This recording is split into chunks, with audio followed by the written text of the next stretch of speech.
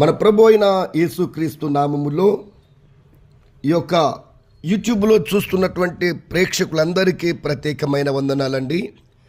దేవుని బిడ్డలారా, ఉదయకాల సమయంలో దేవుడు వాక్యము ద్వారా మనందరితో మాట్లాడుతున్నాడు. దేవుని బిడ్డలారా,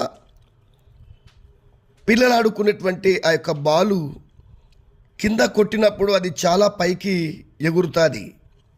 అలాగే మనకు శ్రమలు వచ్చినప్పుడు దేవుడు నిన్ను దీవించడానికే నీకు శ్రమలు వస్తాయి.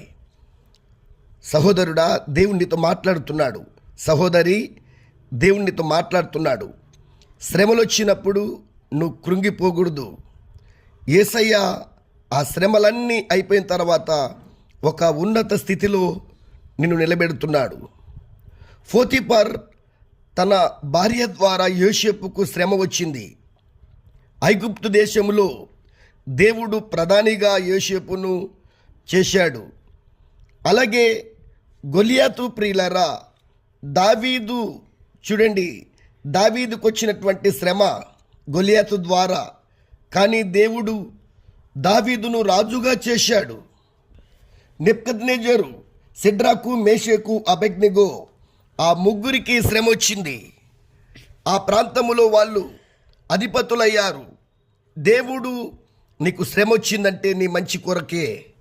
కాబట్టి ఈ యొక్క ఉదయకాల సమయంలో కన్నీళ్లు పెట్టి ప్రార్థన చేద్దాం. నీ ప్రార్థనకు దేవుడు ఇప్పుడే సమాధానం ఇస్తున్నాడు. మహాపరిశుద్ధుడా, మహోన్నతుడా, సర్వశక్తి గల దేవానికి స్తోత్రాలు, వందనాలయ్యా. ఇదిగో నాయన, ఉదయకాల సమయంలో ఎంతమంది అయితే నాయన నీ బిడ్డలు ఈ యొక్క లైవ్లో వీక్షిస్తున్నారో తండ్రి, వారి జీవితంలో అద్భుతము జరుగునుగాక. ఈ నూతన సంవత్సరములో 2026 సంవత్సరంలో ప్రభువా అడుగు పెడుతున్నప్పుడు బహుబలమైన కార్యములు దయచేయి. నీ బిడ్డలందరూ దీవించబడుదురుగాక. ఎవరైతే నైనా కృంగిపోతున్నారో యేసు నామములో నీ బిడ్డలందరూ ఇప్పుడే లేవనెత్తబడుదురుగాక. ఎవరైతే వ్యాధి చేత మంచంలో ఉన్నారో వారందరినీ ఇప్పుడే దర్శించండి నాయన. ముట్టండి ప్రభువా, స్వస్థత కలిగించండి.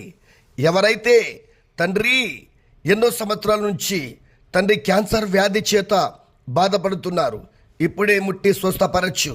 ఇప్పుడే సంపూర్ణ విడుదల కలుగునుగాక. అవునాయన, ఎందరైతే ఇంకా చదువుకొని ప్రభువా ఉద్యోగం లేక ఇంటి దగ్గర ఉన్నారయ్యా, యేసు నామములో నీ బిడ్డలకు నాయన ఉద్యోగాలు